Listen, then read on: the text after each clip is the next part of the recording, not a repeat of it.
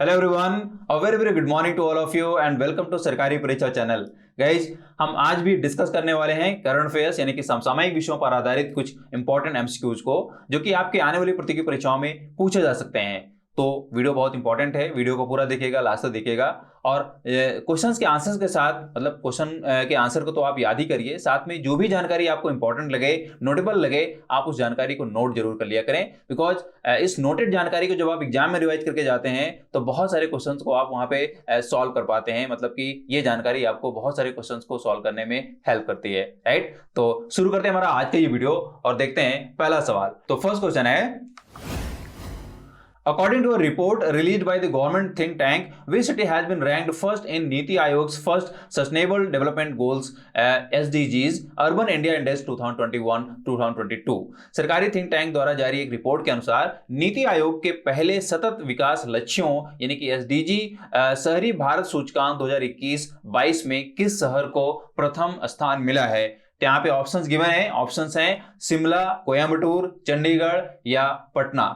तो सही ऑप्शन जान लें, सही ऑप्शन यहाँ पे है शिमला, राइट। शिमला शहर को यहाँ पे एसडीजीज गोल्स को एक तरीके से बेहतर तरीके से अचीव करने में या उसके नजदीक पहुंचने में एक तरीके से यहाँ पे प्रथम स्थान पे रखा गया है। मतलब कि यहाँ पे एक इंडेक्स बनाया गया है जिसका नाम है sustainable development goals urban India index 2021-2022, right. मतलब कि इस बार के इंडेक्स में जो टॉप पोजीशन रही है वो शिमला शहर की रही है, राइट। तो आप यहाँ पे अच्छे से इस रिपोर्ट को, इस इंडेक्स को आप याद कर लें कि इसका नाम क्या है और किसके द्वारा जारी किया गया है, राइट। तो यहाँ पे आप संस्था का नाम जरूर अच्छे से याद कर लें। संस्था की बात की जा रही है नीति आयोग जी। नीति आयोग की बेसिकली ये एक इंडेक्स है, एक रिपोर्ट है जिसमें शहरों को रखा गया है, इंडिया के जितने भी शहर हैं उनको रखा गया है और ये बताया गया है कि किस शहर ने कितने बेहतर तरीके से जो एसडीजी गोल्स हैं उनको अचीव किया है या उसके नजदीक पहुंचे हैं, राइट। तो अगर हम यहाँ पे इस इंडेक्स को देखें और शहरों पे नजर मारें तो इसमें जो अच्छे परफॉर्मर रहे हैं यानी कि जो सबसे अच्छे परफॉर्मर सिटीज रही हैं उनमें से हैं शिमला, कोयम्बटूर, चंडीगढ़, तिरुवनंतपुरम, कोच्चि, इन जैसे शहरों ने अच्छी परफॉर्मेंस दी है या टॉप पोजीशन पे हैं। वहीं अगर हम बात करें मेरठ की, ईटानगर की, गुवाहाटी की, पटना की, तो इन जैसे शहरों ने काफी खराब परफॉर्मेंस दी है। यानी कि एसडीजी गोल्स को अचीव करने में काफी हद तक मतलब एक तरीके से फेलर इनको माना जा सकता है, राइट। तो एसडीजी गोल्स क्या हैं उनको भी जानना बहुत जरूरी है। बिकॉज इन गोल्स को अचीव करने के टर्म में नीति आयोग अब हर साल ये रिपोर्ट निकालता है, ये इंडेक्स निकालता है और एक तरीके से बताता है कि भारत में सिटीज का स्टेटस क्या है इन गोल्स के अगेंस्ट में, राइट। तो मैं आपको यहाँ पे थोड़ा सा स्टैटिक पार्ट में ले चलता हूँ, थोड़ा सा हिस्ट्री में ले चलता हूँ। बात 2015 की है जब यूएन जनरल असेंबली ने एक मीटिंग में एक तरीके से जो भी मेंबर्स थे यानी कि असेंबली के जो मेंबर्स थे उनके लिए 17 एसडीजी गोल्स को सेट किया था और ये एक तरीके से कमिटमेंट ली गई थी कि इन 17 एसडीजी गोल्स को 2030 तक पूरा किया जाना है। यानी कि इन गोल्स को 2030 तक अचीव करना पड़ेगा, तभी हम एक तरीके से बेहतर दुनिया का निर्माण कर पाएंगे, राइट। तो उसी के तहत यहाँ पे भारत में ये जो इंडेक्स निकाला जाता है, रिपोर्ट निकाली जाती है नीति आयोग के द्वारा, उसी के तहत है। यानी कि उन्हीं 17 एसडीजी गोल्स का ही एक स्टेटस बताता है। बिकॉज आपको मालूम होना चाहिए कि जब ये डिफरेंट सिटीज का स्टेटस मालूम होगा या डिफरेंट राज्यों का स्टेटस मालूम होगा तभी इंडिया की एक पहचान बन पाएगी। मतलब तभी एक इंडिया को एक पर्टिकुलर रैंक मिल पाएगी कि हाँ, इंडिया इतने सारे सिटीज में अच्छी परफॉर्मेंस दे रहा है या इतना बेहतर कर रहा है, राइट। तो बहुत इंपॉर्टेंट है आप यहाँ पे इस रिपोर्ट को एक तरीके से डिटेल में जरूर जान लें, कौन सा सिटी को एक तरीके से टॉप पे रखा गया है, उनकी रैंक क्या है। और यहाँ पे जैसे मैंने आपको बोला कि स्टैटिक पार्ट में भी आप उस मीटिंग को भी ढंग से पढ़ सकते हैं कि वो 17 एसडीजी गोल्स क्या रखे गए थे, किन कंडीशंस के लिए रखे गए थे और इन गोल्स को अभी तक मतलब कि इन गोल्स को अचीव करने में किस कंट्री की बेहतर परफॉर्मेंस रही अभी तक, ये भी आप पढ़ सकते हैं। यानी कि आप यूएन जनरल असेंबली के द्वारा ये जो 17 एसडीजी गोल्स रखे गए थे उनको अचीव करने में डिफरेंट कंट्रीज का क्या स्टेटस है, राइट। ये तो इंडिया का स्टेटस है लेकिन डिफरेंट कंट्रीज का भी स्टेटस आपको मालूम होना चाहिए। थोड़ा सा यहाँ पे बात करते हैं नीति आयोग की, यानी कि स्टैटिक पार्ट आपको अगर पढ़ना हो इसमें, तो नीति आयोग को एक संस्था के रूप में भी आपको पढ़ लेना चाहिए कि नीति आयोग क्या है और किस तरीके से काम करता है और अभी तक उसकी क्या अचीवमेंट रही है, राइट। तो थोड़ा सा मैं आपको यहाँ पे ब्रीफ कर देता हूँ। मालूम होना चाहिए आपको कि नीति आयोग एक इंस्टीट्यूशन है, एक नया इंस्टीट्यूशन है, नई संस्था है जो कि गवर्नमेंट ऑफ इंडिया के द्वारा इंस्टीट्यूट की गई है और यह प्लानिंग कमीशन को रिप्लेस करके रखा गया था, यानी कि जो योजना आयोग था उसको हटाकर या उसको खत्म करके नया इंस्टीट्यूशन बनाया गया था जिसका नाम था नीति आयोग, राइट। तो एक तरीके से यहाँ पे प्लानिंग कमीशन को भी पढ़ना जरूरी हो जाता है। प्लानिंग कमीशन क्या था, वो किस तरीके से इंडिया के डेवलपमेंट में रोल अदा कर रहा था या इंडियन गवर्नमेंट को क्या स्ट्रेटजीज दे रहा था, ये सारे एस्पेक्ट्स में आपको पढ़ लेना चाहिए। क्वेश्चन जरूर बनेगा। प्लानिंग कमीशन में भी कई सारे क्वेश्चन बन चुके हैं, उसी तरीके से नीति आयोग में भी क्वेश्चन बन रहे हैं धीरे धीरे और आगे भी बनते रहेंगे, राइट। तो संस्था के रूप में आप इसको जरूर पढ़ लें, नीति आयोग क्या है और ये कैसे काम करता है। नाउ देखते हैं next question. Which of the following country has recently launched the Gaofen 1103 satellite? निम्नलिखित में से किस देश ने हाल ही में गाओफेन 1103 उपग्रह प्रक्षेपित किया है? तो यहाँ पे ऑप्शंस गिवन है, जापान, चाइना, रशिया या साउथ कोरिया। तो सही ऑप्शन जान लें, सही ऑप्शन यहाँ पे है चाइना, राइट। तो गाओफेन 1103 चाइना का उपग्रह है और इसे हाल ही में प्रक्षेपित किया गया है, यानी कि इसको लॉन्च किया गया है, राइट। बहुत इंपॉर्टेंट सैटेलाइट है। अगर इसके हम फीचर्स की बात करें तो इस सैटेलाइट में सिंथेटिक अपर्चर राडार है, यानी जिसको हम सार बोलते हैं, ये बहुत इंपॉर्टेंट होता है, राइट। सिंथेटिक अपर्चर राडार है, डेटा ट्रांसमिशन सिस्टम है, इसमें कंट्रोल मोमेंटम जायरोज हैं, यानी कि जिसको हम CMGs बोलते हैं। और इसका खास रोल ये होता है कि जो स्पेस में डिफरेंट ओरिएंटेशंस होते हैं उन ओरिएंटेशंस को एक तरीके से उन ओरिएंटेशंस की एक तरीके से बाकायदा ज्योमेट्रिकली मेजरमेंट हो पाती है, यानी कि एक तरीके से एक्चुअल मेजरमेंट कर पाता है कंट्रोल मोमेंट जायरोज, राइट। तो ये भी इसमें लगा हुआ है। और अगर हम बात करें एक प्रोग्राम की कि ये किस प्रोग्राम के तहत इस सैटेलाइट को लॉन्च किया गया है, यानी कि किस प्रोग्राम के तहत चाइना ने इसको लॉन्च किया है, तो मैं आपको बताऊं कि ये जो सैटेलाइट है वह चाइनीज हाई रेजोल्यूशन अर्थ ऑब्जर्वेटरी जो सिस्टम है, यानी कि जो केओस प्रोग्राम है उसके तहत इसको लॉन्च किया गया है, राइट। तो प्रोग्राम का नाम यहाँ पे रखा गया है केओस, राइट। बहुत इंपॉर्टेंट है, इसको आप ढंग से पढ़ सकते हैं, राइट। क्वेश्चन कहीं ना कहीं बन सकता है, राइट। इस प्रोग्राम को डिटेल में जरूर जाएं। केओस जैसे मैंने आपको बता दिया कि Chinese high resolution earth observation system, right, इसका फुल फॉर्म है। इसके डिटेल में आप जरूर जाएं और इसके मकसद क्या है, इसके गोल्स क्या हैं, ये भी दिमाग में रखें, क्वेश्चन बन सकता है, राइट। नाउ देखते हैं next question. Whereas the 15th edition of the biennial trilateral military exercise दोस्ती started, द्विवार्षिक त्रिपक्षीय सैन्य अभ्यास दोस्ती का 15वां संस्करण कहां शुरू हुआ है? तो यहाँ पे ऑप्शंस गिवन है, इंडिया, मालदीव्स, श्रीलंका या जापान।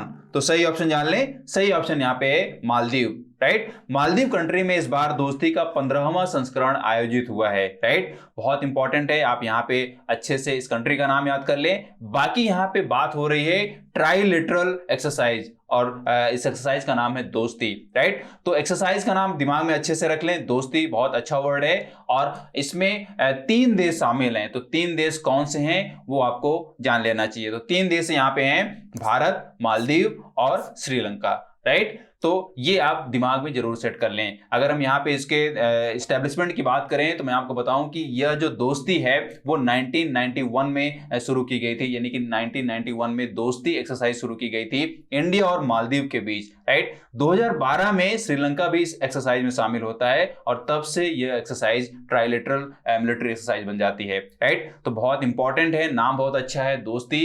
तो जैसा नाम है वैसे ही यहाँ पे इसका काम है, यानी कि डिफेंस में या एक तरीके से सिक्योरिटी पर्पजेज में इन कंट्रीज को एक दूसरे की हेल्प लेनी है, एक दूसरे की अंडरस्टैंडिंग लेनी है, एक दूसरे के इंडिविजुअल प्रैक्टिसेस को समझना है कि वो प्रैक्टिसेस क्या हैं जिनको करके या उनको एक तरीके से यूज करके अपने सिक्योरिटी सिस्टम को, अपने डिफेंस सिस्टम को मजबूत किया जा सकता है। और साथ में इन तीनों देशों के बीच में जो म्यूचुअल अंडरस्टैंडिंग है, जो पॉलिटिकल अंडरस्टैंडिंग है, उसको किस तरीके से मैच्योर किया जा सकता है, राइट। तो इन सारे एक तरीके से टारगेट्स को, गोल्स को अचीव करने के लिए ही बेसिकली इस एक्सरसाइज को रखा जाता है। ये हर 2 साल में की जाती है, राइट। तो बहुत इंपॉर्टेंट है, आप इसके डिटेल में जरूर जाएं और खास तौर पे इसके स्टैटिक पार्ट में जरूर जाएं कि ये इसका एस्टेब्लिशमेंट किन कारणों की वजह से किया गया था, और 1991 से लेके अभी तक इसमें किस तरीके की अचीवमेंट्स आई हैं, किस तरीके के सुधार आए हैं इस एक्सरसाइज की वजह से, राइट। और अगर इस बार एक्सरसाइज की बात करें, यानी कि इस बार के एक्सरसाइज में अगर हम बात करें भारत के रिप्रेजेंटेशन की, तो मैं आपको बताऊं कि जो इंडियन कोस्ट गार्ड के शिप्स हैं वाजरा और अपूर्वा, उन दोनों शिप्स को एक तरीके से यहाँ पे डिप्लॉय किया गया था, यानी कि इन दोनों शिप्स ने इस एक्सरसाइज में पार्टिसिपेट किया है। शिप्स का नाम आप अच्छे से याद कर लें, बात हो रही है वाजरा शिप की और अपूर्वा शिप की, राइट। तो यहाँ पे मैं लिख दे रहा हूं वाजरा शिप और दूसरा है अपूर्वा, राइट। इसके टर्म में भी क्वेश्चन बन सकता है, तो शिप्स का नाम आप अच्छे से याद कर लें, राइट। ये शिप्स हैं और ये जो शिप्स हैं वो इंडियन कोस्ट गार्ड के हैं, राइट। तो बहुत इंपॉर्टेंट है, डिटेल में आप जरूर जाएं और एक तरीके से जितने भी इंपॉर्टेंट पॉइंट्स हैं आप उनको नोट करके याद कर सकते हैं, क्वेश्चन जरूर कहीं ना कहीं बनने वाला है, राइट। नाउ देखते हैं नेक्स्ट क्वेश्चन।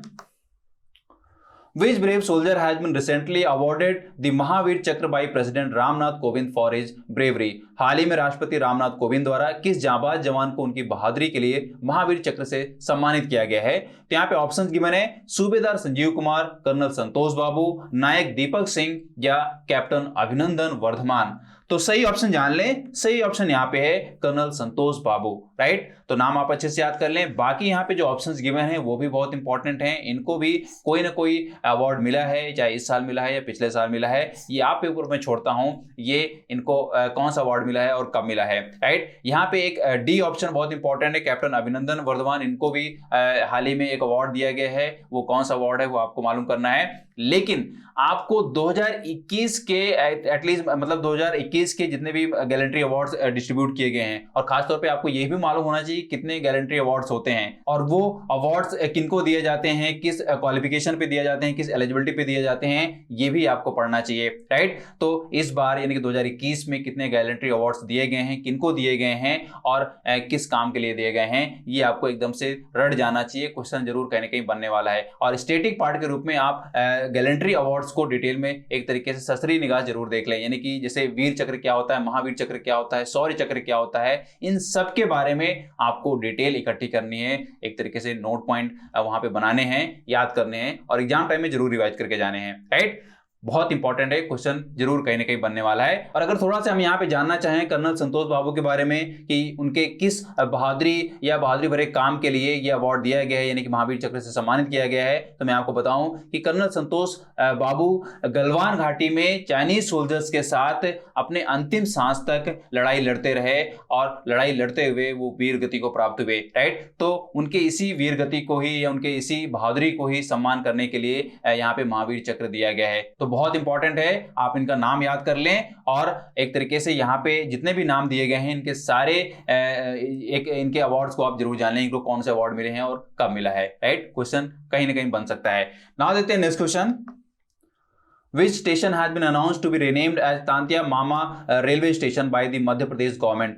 मध्य प्रदेश सरकार द्वारा किस स्टेशन का नाम बदलकर तांतिया मामा रेलवे स्टेशन करने की घोषणा की गई है? यहाँ पे ऑप्शंस गिवन है, Habibganj railway station, Morena railway station, Patalpani railway station या बैतूल रेलवे स्टेशन। तो सही ऑप्शन जान लें, सही ऑप्शन यहाँ पे है पातालपानी रेलवे स्टेशन, राइट। तो बहुत इंपॉर्टेंट है, स्टेशन का नाम आप अच्छे से याद कर लें, इस स्टेशन का नाम अब रख दिया गया है टांटिया मामा रेलवे स्टेशन, राइट। तो बहुत इंपॉर्टेंट है, आप इस नाम को भी अच्छे से याद कर लें। और टांटिया मामा जो हैं वो एक वीर पर्सनैलिटी है, एक बहादुर पर्सनैलिटी है, उस पर्सनैलिटी के बारे में भी आपको डिटेल में जरूर पढ़ लेना चाहिए, राइट। उनको एक तरीके से किस लिए जाना जाता है डिटेल में आपको जरूर पढ़ना चाहिए, बिकॉज आप जब डिटेल में पढ़ेंगे तो हिस्ट्री के भी बहुत सारे पहलू आपको समझ में आएंगे, जानने को मिलेंगे, राइट। थोड़ा सा मैं यहाँ पे बता दूं, तांतिया मामा जो है वो एक ट्राइबल हीरो हैं और उनका जो वर्क प्लेस रहा है वो पाताल पानी रहा है, राइट। मतलब कि पाताल पानी में ट्राइबल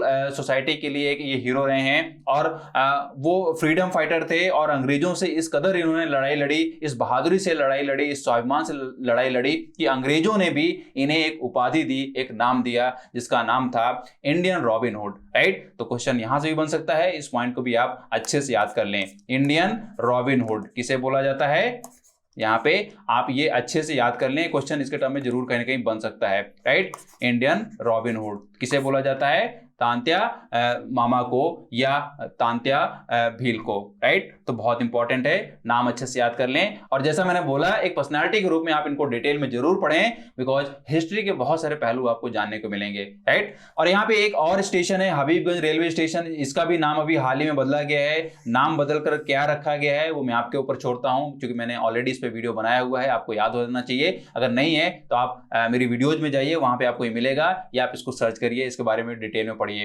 राइट। बहुत इंपॉर्टेंट है और क्वेश्चन कहीं ना कहीं जरूर बन सकता है, राइट। तो दोस्तों यही थे हमारे आज के इंपॉर्टेंट क्वेश्चंस जो जरूर आपके किसी न किसी एग्जाम में पूछे जा सकते हैं, या एग्जाम में पूछे जाने वाले क्वेश्चंस के लिए इंपॉर्टेंट हिंट की तरह काम कर सकते हैं, राइट। तो अगर वीडियो हेल्पफुल लगी है तो इसको आप लाइक करें, शेयर करें, और अगर आप चैनल में नए हैं तो इसको आप सब्सक्राइब कर लें, साथ में बेल आइकन को प्रेस कर लें, ताकि इंपॉर्टेंट वीडियोज आपसे मिस ना हो। और अगर आप सोशल मीडिया में फेसबुक और इंस्टाग्राम पे हैं तो वहां पे भी आप उनको फॉलो करें, वहां पे भी एग्जाम से रिलेटेड बहुत सारी अपडेट्स आपको दी जाती रहती है। और अगर आप ज्यादा करंट अफेयर्स पढ़ना चाह रहे हैं, डिटेल में पढ़ना चाह रहे हैं, और एक तरीके से वहां से नोट्स बनाना चाह रहे हैं, तो इसके लिए आप हमारी साइट पे जा सकते हैं। वहां पे आपको daily current affairs point wise दी जाती है, और ये जो करंट अफेयर्स होती है वो डिफरेंट फील्ड्स की करंट अफेयर्स होती है, न्यूज होती है, यानी कि जिन फील्ड से जनरली क्वेश्चन पूछे जा सकते हैं कॉम्पिटिशन में, उनसे ये न्यूज दी जाती रहती है। आप वहां पे जाएं, उनको स्टडी करें, पॉइंट को याद करें या उसको नोट कर सकते हैं, राइट, और एग्जाम में उसकी हेल्प ले सकते हैं, राइट। तो पढ़ते रहिए, मस्त रहिए, मिलता हूं आपसे नेक्स्ट वीडियो में, तब तक have a nice day, great day, and thank you.